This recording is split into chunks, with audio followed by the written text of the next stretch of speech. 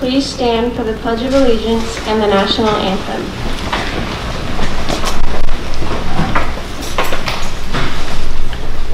I pledge allegiance to the flag of the United States of America and to the republic for which it stands, one nation, under God, indivisible, with liberty and justice for all.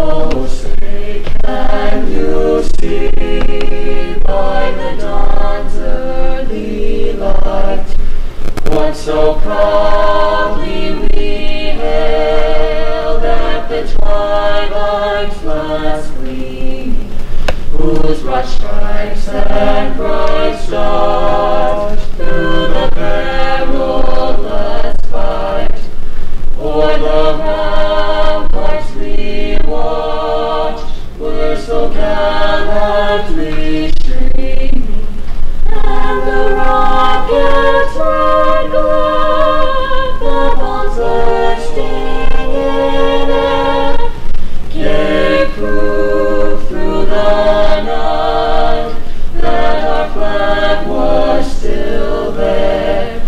Oh, say, does that star-spangled banner yet wave o'er the land of the free and the home of the brave?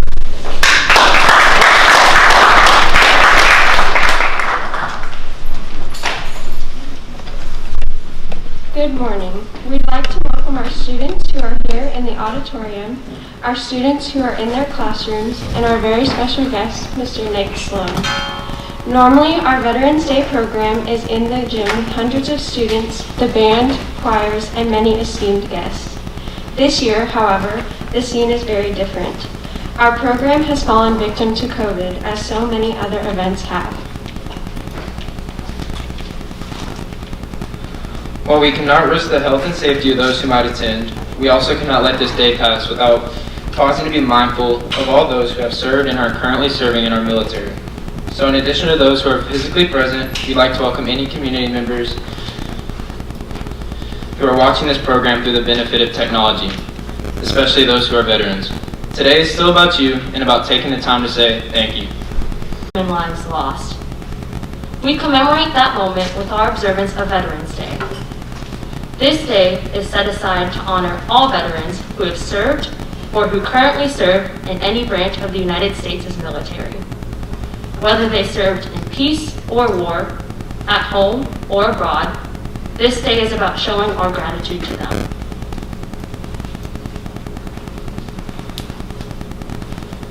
There are 17.4 veterans in the United States according to the most recent statistics from the U.S. Census. Our history is filled with the stories of these brave men and women. Some were barely beyond their childhoods when they first took their places among the ranks of our military branches. Some served in times of war. Some served in times that were free of American conflict. However, all of them served and presented themselves as willing to do whatever was asked of them.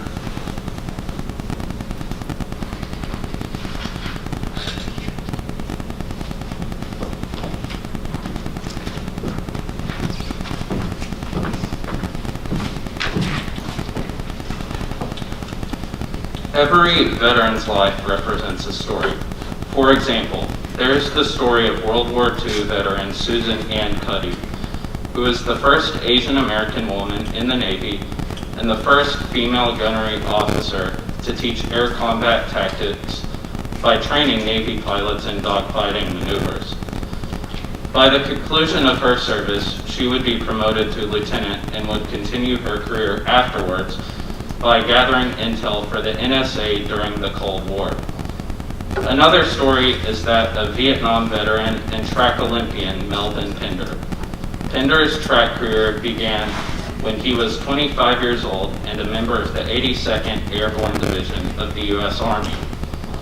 Years later, he was a platoon officer deployed in the jungles of Vietnam until he was called to compete in the 1968 Mexico City Olympics, where he would go on to win a gold medal in the 4x100 meter race. Pinder then returned to Vietnam, where he would earn a Bronze Star medal.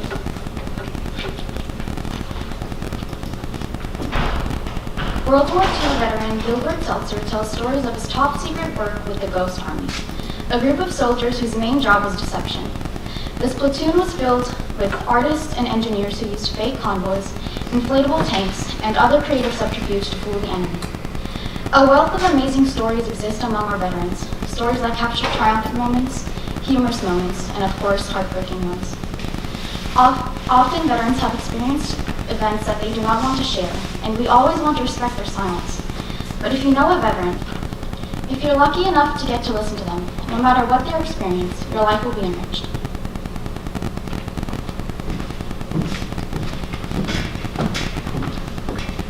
Today we are honored to hear from Mr. Nick Sloan.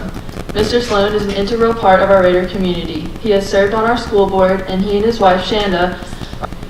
In this capacity, Nick provides strategic direction for the BSWH network of 50 public health and disasters, terrorism and weapons of mass destruction, 97, where he served in Japan as part of the. At this duty station, Nick was assigned to Okinawa and Guantanamo Bay from Baylor. Join me in welcome. Kidding. All right, that's the first joke and it failed. Now y'all are chuckling. As I thought about, what if I was in your shoes, what would you want a veteran to kind of speak about here on Veterans Day? And I think I came up with three things. So my version of my service is unique to me and the Marine Corps, and obviously the infantry that Ms. Maris covered. So there's lots of different stories out there. But what I think I want to leave you with is, number one, service to your country is an option after high school. Number two, what does that service look like? And again, that maybe what you'll hear is at least my version of that. And number three, what are the benefits? What's the return on investment from that service after you're finished with there? So, I have notes.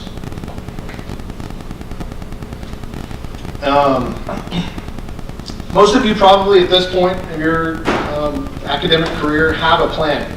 Or you're thinking you're going to go to college, you may not know what exact college you're going to go to just yet. Some of you may have academic scholarships or athletic scholarships secured, and that's great.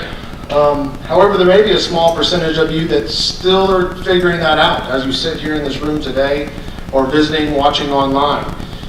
Some of you may not be ready for college, and maybe you just need to refine some of those soft skills or grow up a little bit in a different environment. What I can tell you is that for me, I was a little bit of both. I did not know where I was going to go after high school. I was afforded an opportunity to play soccer at Midwestern State, and so that felt like a natural pick and chase that. But what I found was that it was my first academic experience was a complete failure. I was not grown up for college. I was not emotionally ready for the thrust of new responsibilities, and I was not organized enough to really have my stuff together to keep up in the classroom academically and still be a collegiate athlete on the same side.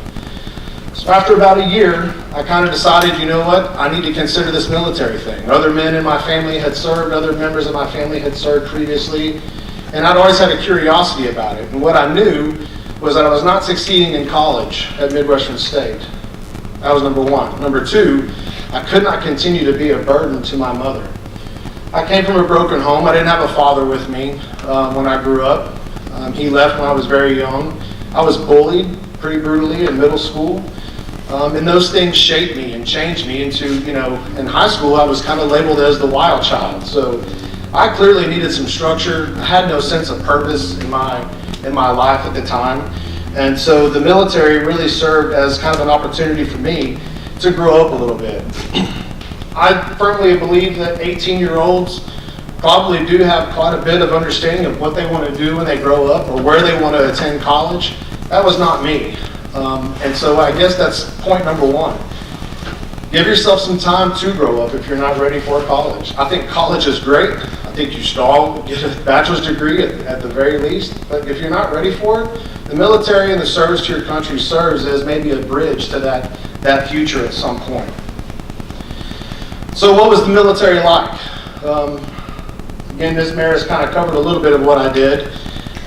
It's a journey. I mean, I've been able to literally travel to several countries and see different sites across our globe that, I'll probably never get to go again, or had I not joined the Marines or joined the service, I probably would have never been able to go. I was afforded cool training opportunities, learned mixed martial arts, learned how to knife fight, learned how to make explosives and shoot machine guns. I also learned 7 different foreign languages.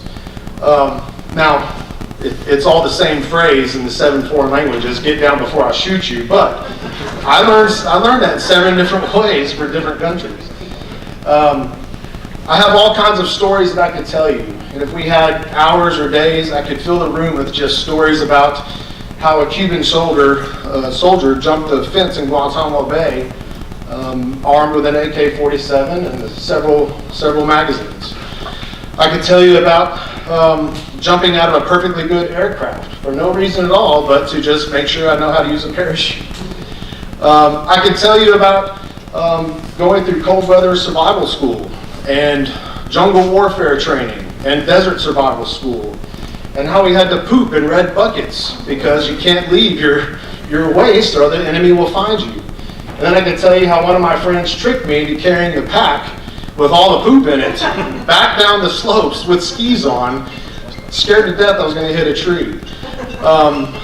All of these things, scoring the game-winning try against the Australian Navy rugby team.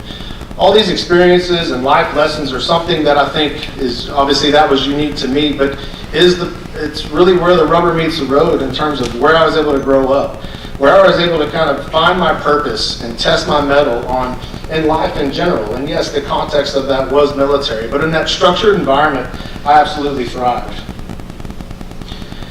So how has that really shaped me, or how has that benefited me growing up now? 43 years old, have married my high school sweetheart, 4 beautiful kids that I'm super proud of. But my sense of duty, I found a fulfillment in all of that. And have been able to parlay that into a new career now in the civilian world that is similar, not identical, but it similarly helps me protect those who are weak, helps me serve those who are vulnerable in our community through the organization I work for today. I was able to secure, because afforded the GI Bill, the college benefits that you receive after service in the military, was able to use that to get my undergraduate at the University of North Texas. And as Lena described, I was able to, again, take another step with that and get an MBA at Baylor University, and now I'm wrapping up another master's in Homeland Security at Texas A&M. But the core principles that I learned in the Marine Corps, honor, courage, commitment, have stuck with me today. Those are things that I still apply in every walk of life. Those things are obviously grounded in my faith and belief in Jesus Christ. But the way that I choose to engage or encounter my job, my children, are really based on those core beliefs. The 13 leadership traits, memorized with the acronym JJ Did Tie Buckle. Those things have all remained with me and served as qualities that I would hope to exude and continue to impart that wisdom among others. So, lastly, as I'm kind of wrapping up here, I just want to leave you with this thought, or this idea, I guess. People ask me all the time, what does Veterans Day mean to you? And I think most people, they jump on Veterans Day and they think about others that have sacrificed, that paid the ultimate price for our country, for their freedom. And that's natural, of course, but that's Memorial Day. That's what that day is reserved for. For Veterans Day, I mostly think about my brothers and sisters that I served with. I mostly think about those stories that I kind of told you about the Japanese boat race, that a bunch of ragtag Marines jumped into a Japanese boat crew and took second place in this 3-mile race. We had no business being on the water in the first place, other than the fact that we could swim. But we have those calls. Yesterday was the Marine Corps birthday.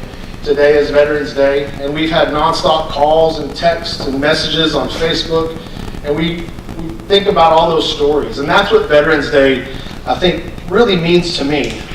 But I think what I also think about, and again, this may be just specific to my story or my experience, as I think about that young 18-year-old kid who had no sense of direction, who was really needing a purpose in life and looking for a calling.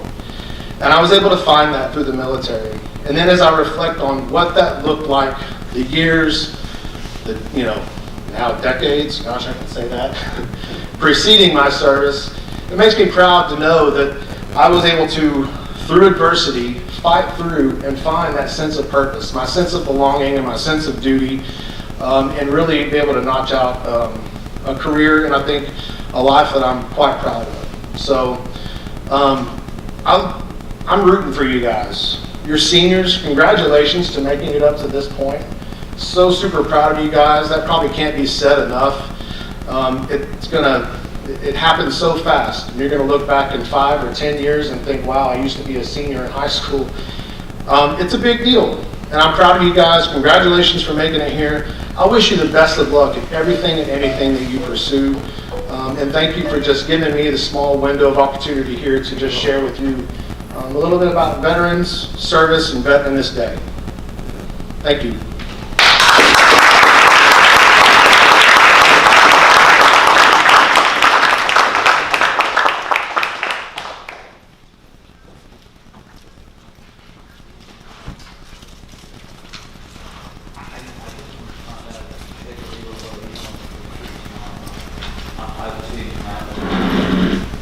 Thank you so much, Mr. Sloan, for taking the time to share with us today. We appreciate your service to our community and our country. As we end our program today, we'd like to encourage our students to do a couple of things.